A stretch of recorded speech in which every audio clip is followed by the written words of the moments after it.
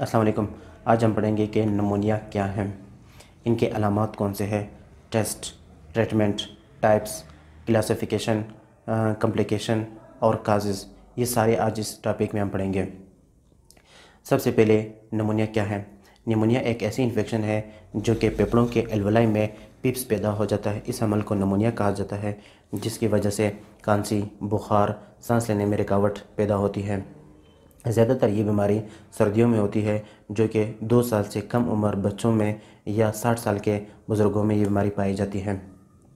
नमूनिया क्यों होता है? नमूनिया बैक्टीरियल, वायरल एंड फंगल की वजह से ये बीमारी पैदा होती है। कॉम्प्लिकेशन यानी कि जब बर वक्त नमूनिया का ट्रीटमेंट ना हो जाए तब उस टाइम मरीज़ को ARDS हो सकता है, यानी कि एक्यूट रेस्पिरेटरी डिस्ट्रेस सिंड्रोम, जो कि सांस लेने में रुकावट पैदा हो जाती है। लंग्स एब्सिस यानी कि लंग्स में पिप्स पैदा हो जाती है, या सेप्सिस यानी कि खून में ज़्यादा इन्फेक्शन पैदा हो जाता है, जिसकी वजह से दूसरे ऑर्गन डैमेज होने का ख़तरा होता है।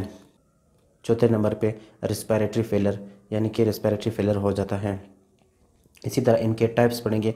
इनके 4 टाइप्स होते हैं। सबसे पहले हॉस्पिटल एक्वायरल नमूनिया, यानी कि नाम से ज़ाहिर है कि हॉस्पिटल यानी कि जब कोई पेशेंट एडमिट हो जाए किसी और डिजीज़ की वजह से और साथ ही वाले बेड मरीज़ में नमूनिया हो, जब वो नमूनिया दूसरे मरीज़ को लग जाता है तो इसको हॉस्पिटल एक्वायरल नमूनिया कहा जाता है।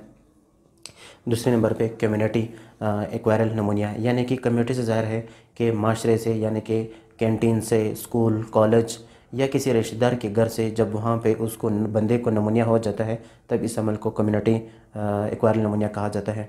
इसी तरह वेंटिलेटर एसोसिएट, यानी कि जब मरीज़ ज़्यादा देर तक वेंट पे पड़ा हो तब उस अमल में इसको वेंट एसोसिएट बीमारी नमूनिया हो सकता है। चौथे नंबर पे एस्पायरेट यानी कि एस्पायरेशन नमूनिया, जब पेशेंट खाने पीने के टाइम पे उल्टी करे और वो उल्टी अपनी सांस की नाली में वापस ले जाए लंग्स तक, तब इस अमल को एस्पायरेशन नमूनिया कहा जाता है। अब क्लासिफिकेशन पढ़ेंगे, यानी कि क्लासिफिकेशन के सबसे पहले होता है सेगमेंटल यानी कि लंग्स के ऊपरी हिस्से को जब इन्फेक्शन हो जाए तब इसको सेगमेंटल कहा जाता है। इसी तरह जब बाइलेटरल यानी कि जब दोनों लंग्स में इन्फेक्शन पैदा हो जाए तब इन दोनों को बाइलेटरल कहा जाता है। इसी तरह लोबरल, यानी कि लोबरल जैसे कि आपको लोब से ज़ाहिर होते हैं। लोब्स लंग्स के 5 लोब्स होते हैं। राइट साइड पे 3 लोब्स होते हैं और लेफ़्ट साइड पे 2 लोब्स होते हैं। इन 5 लोब में से किसी एक को इन्फेक्शन हो जाए तब उसको लोबरल नमूनिया कहा जाता है। ब्रोंको नमूनिया, यानी कि ब्रोंको नमूनिया जो डॉट डॉट की शक्ल में दोनों लंग्स में या एक लंग्स में डॉट डॉट की शक्ल में जो नमूनिया हो जाती है, इसको ब्रोंको नमूनिया कहा जाता है। अब नमूनिया की अगर अलामात की हम बात करें, कांसी में खून, पीला बलगम, पसीना या सांस में रुकावट। इनके जो टेस्ट होते हैं, chest x-ray, CT scan, CBC, CRP और ESR, sputum culture sensitivity, Mantoux और फ्लूइड सैंपल, एबेजीज। अब अगर ट्रीटमेंट की बात करें, सबसे पहले इसमें 3 किस्म के ट्रीटमेंट होते हैं। यानी कि अगर बैक्टीरियल हो तब हम इनको ये मेडिकेशन दे सकते हैं।